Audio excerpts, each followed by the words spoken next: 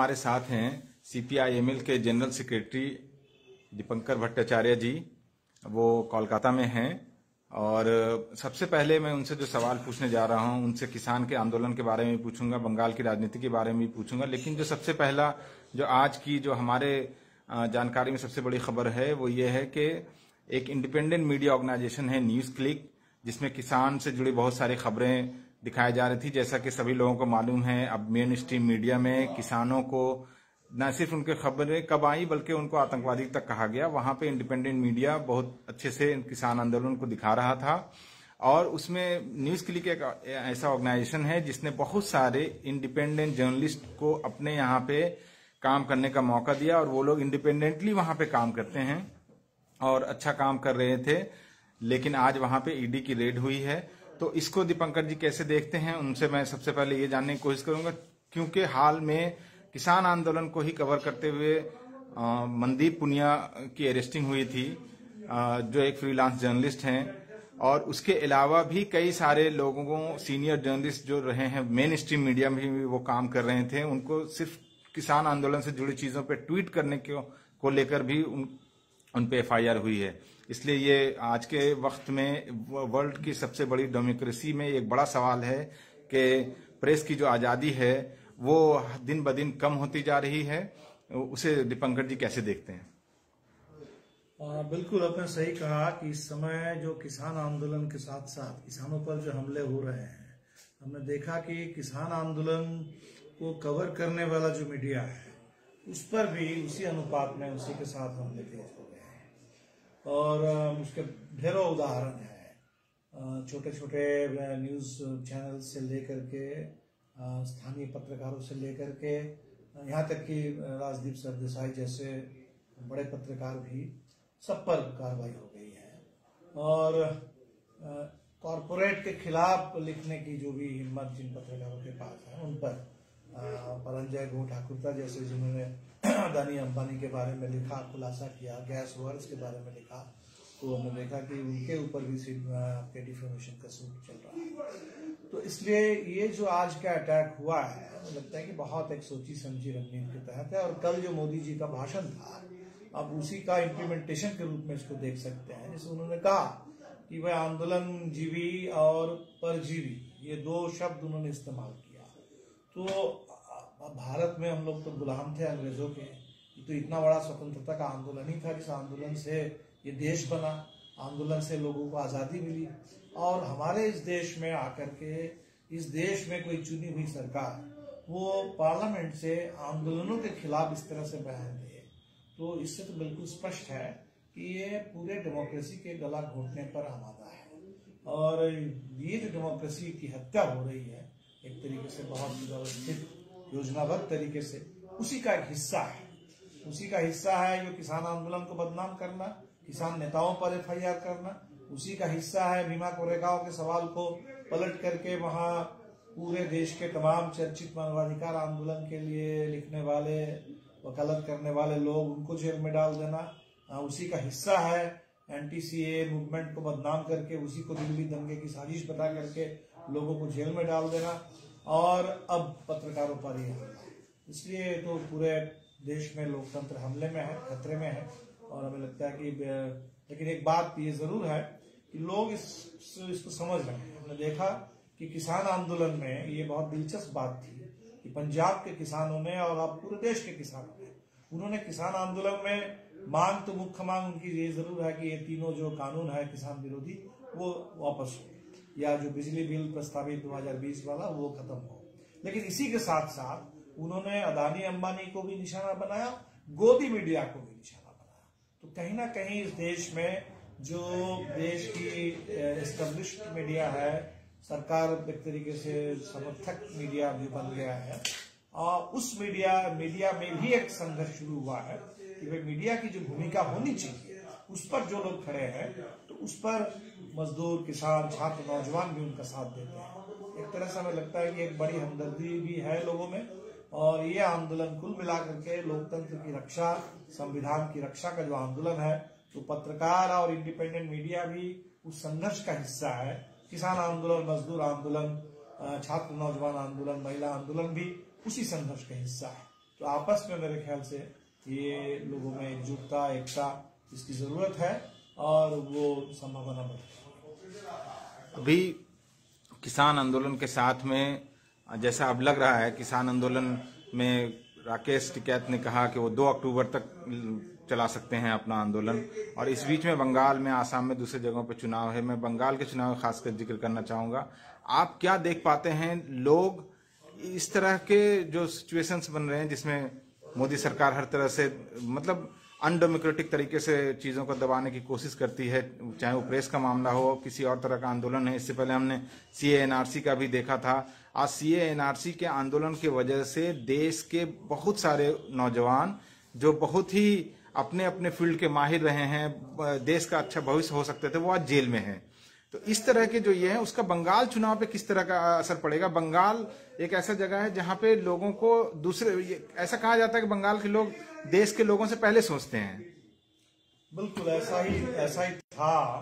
आजादी के आंदोलन के दौर में ऐसा ही कहा गया था, और यही वजह भी है कि आजादी के आंदोलन के दौर में बंगाल को और भगत सिंह के पंजाब को सबसे ज्यादा निशाना बनाया अंग्रेजों ने। और ये अंततः जो पार्टीशन हुआ और सबसे ज्यादा जो देश में सांप्रदायिक हिंसा हुई, और उसका भी कहर सबसे ज्यादा इन्हीं 2 प्रांतों को सबसे ज्यादा झेलना पड़ा, उसकी कीमत चुकानी पड़ी। तो लेकिन अब एक बात ये जरूर है, जैसे आप अपने किसान आंदोलन की चर्चा की, बंगाल किसान आंदोलन के लिए जाना जाता है। तेभागा आंदोलन, नक्सलवादी का आंदोलन, भूमि सुधार, ऑपरेशन बरगा, तो यहाँ के सरकारों को भी किसानों के पक्ष में कदम उठाना पड़ा।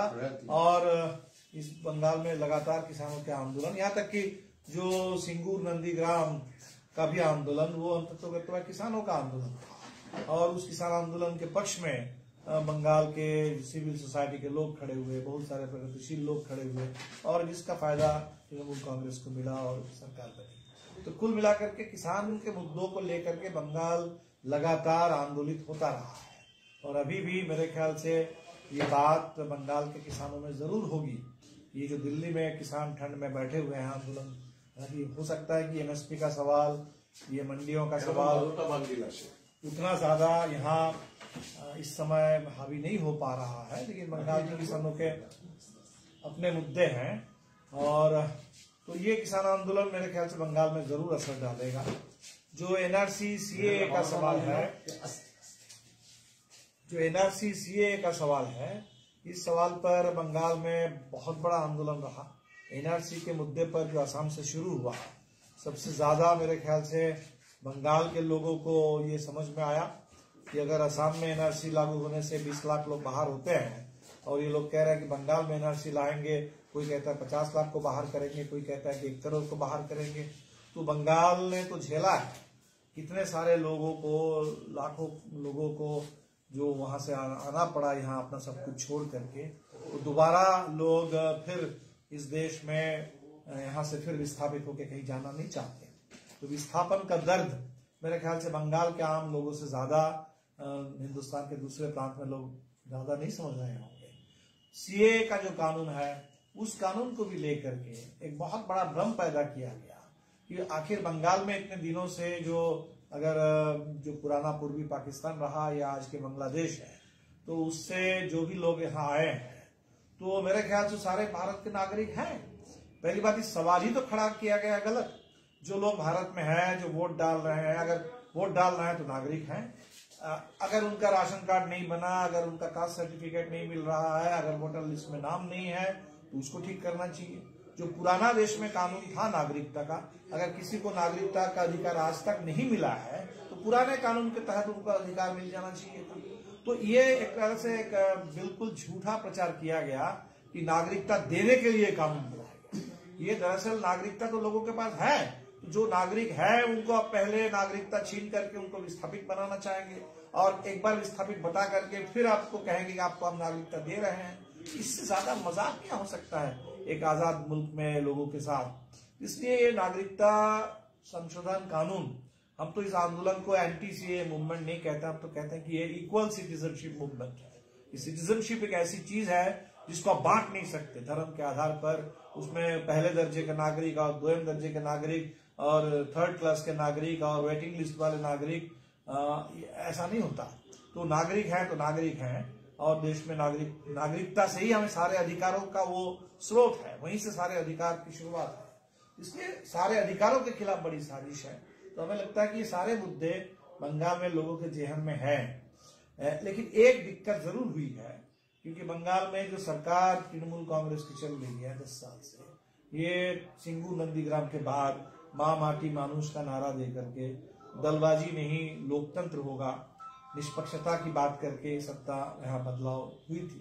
लेकिन उस सत्ता में आने के बाद जो दौर चला, उस दौर में बंगाल में भी लोगों ने महसूस किया कि लोकतंत्र यहाँ खतरे में है। बंगाल में भी लोगों ने महसूस किया कि भाई विरोध प्रदर्शन करने वाले, विपक्ष में रहने वाले दल, उनके ऊपर हमले हो रहे हैं। खासतौर पर जो पिछला पंचायत चुनाव था, इसमें तो अति हो गई। तो ये जो बंगाल के अंदर भी जो लोकतंत्र पर एक तरीके से समय समय पर हिंसा हमले जो होते रहे हैं, हर हड़ताल में हमने देखा कि हड़ताल तोड़ने के लिए लाठी लेकर के, हालांकि इस बार 26 नवंबर की हड़ताल थोड़ा अलग रही और इस बार तृणमूल कांग्रेस के लोगों को गुंडागर्दी करते हुए हमने नहीं देखा, लेकिन ये आम एक यहाँ चल रहा था। तो इसके चलते एक जो भाजपा और टीएमसी सरकार में जो फर्क है, आज जो भाजपा का खतरा है वो किसी दूसरी पार्टी से उसकी कोई तुलना ही नहीं हो सकती है। भाजपा एक ऐसी पार्टी है जो लोकतंत्र में यकीन नहीं करती, जिसको लोकतंत्र से मतलब है कि किसी तरह वोट लेकर के सत्ता में एक बार आ जाओ, और एक बार सत्ता में अगर हम आ जाते हैं तब बस कॉन्स्टिट्यूशन हो, लोकतंत्र है, क्या कानून है, वो हर चीज को बदल डालो, और सत्ता में बने रहने के लिए वो कब्जा सत्ता करना चाहती है। इसीलिए हमें लगता है कि थोड़ी दिक्कत जरूर हुई है। बंगाल शायद वो प्रांत है जहां भाजपा के बारे में लोगों का सीधा तजुर्बा थोड़ा कम है। लोगों ने भाजपा के बारे में सुना है, जाना है। तो हम लोग तो एक बात करते हैं बंगाल में कि भाई आपको कैसे सीखना है, तो क्या झेलते हुए ही सीखना है या दूसरों का दर्द देख करके भी सीख जाना चाहिए। तो जो सचेत है वो सीख लेते हैं। तो हम तो उम्मीद करेंगे कि बंगाल में लोग जिन्होंने त्रिपुरा को देखा है, असम को देखा है, गुजरात को देखा है, उत्तर प्रदेश को देख रहे हैं, अभी बिहार झारखंड को देखा है, और सबसे ज्यादा तो मोदी जी को 2014 साल से देख रहे हैं और झेल रहे हैं। तो अब इससे आगे भाजपा के बारे में और जानने समझने में बचा क्या है। इसलिए बंगाल के लोग इसलिए भाजपा को नहीं मौका दे देंगे कि भाजपा को भी चलो एक बार देख लिया जाए।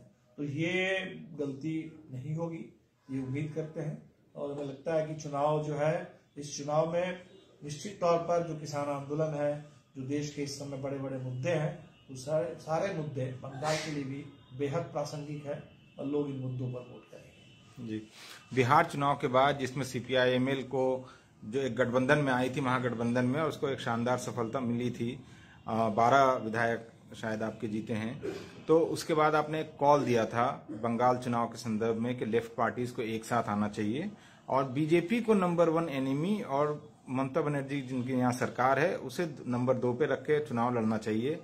उसमें अभी तक क्या चीजें हुई हैं, कोई सामंजस्य बन सका है, और आप आगे उस पर क्या देख पाएंगे हम लोग? इससे एक बात जरूर हुई कि बंगाल में जो भारतीय जनता पार्टी के बारे में एक तरीके की एक चुप्पी थी, यहाँ सरकार को छोड़ करके जो विपक्ष की पार्टियां हैं, मैं कांग्रेस के बारे में भी कहूंगा और लेफ्ट के पार्टीज के बारे में भी कहूंगा, जो जिस गंभीरता के साथ भाजपा को लेना चाहिए था, और भाजपा को एक सिर्फ केंद्र में सरकार होने के नाते नहीं, बंगाल के अंदर भाजपा की जो बढ़ती ताकत है उसको देखते हुए, और ऑलरेडी भाजपा भी सत्ता में नहीं आई है, लेकिन भाजपा की जो ताकत बढ़ी उसका बहुत खतरनाक असर दिख रहा है बंगाल के अंदर। जो यहाँ के पूरे हालात है, जो माहौल है, जो लोगों में एक दूसरे के प्रति एक भाईचारे की भावना है, वो हर चीज में भाजपा के आगे बढ़ने से वो बंगाल में एक तरीके से एक बड़ी खतरा पैदा हो रहा है।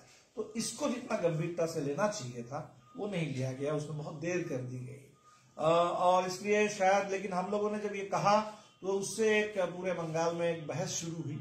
तो फिलहाल तो हम कहेंगे कि ये बहस भी अपने आप में एक पॉजिटिव चीज है, जबकि हालांकि बहस की कोई गुंजाइश नहीं होनी चाहिए थी, क्योंकि हमने ऐसा कुछ नहीं कहा था जो कि रॉकेट साइंस की बात है, जो बिल्कुल लेफ्ट पॉलिटिक्स के लिए तो ABCD की बात है कि भाजपा जैसी एक फासिस्ट पार्टी, RSS जैसा एक पूरे फांसीवादी विचार, इसको पहचानना और इसके खिलाफ लड़ना, ये तो मेरे ख्याल से लाल झंडे की जो राजनीति है, मजदूर किसान आंदोलन की जो राजनीति है, सामाजिक न्याय की जो राजनीति है, उस राजनीति के लिए ककहरा है।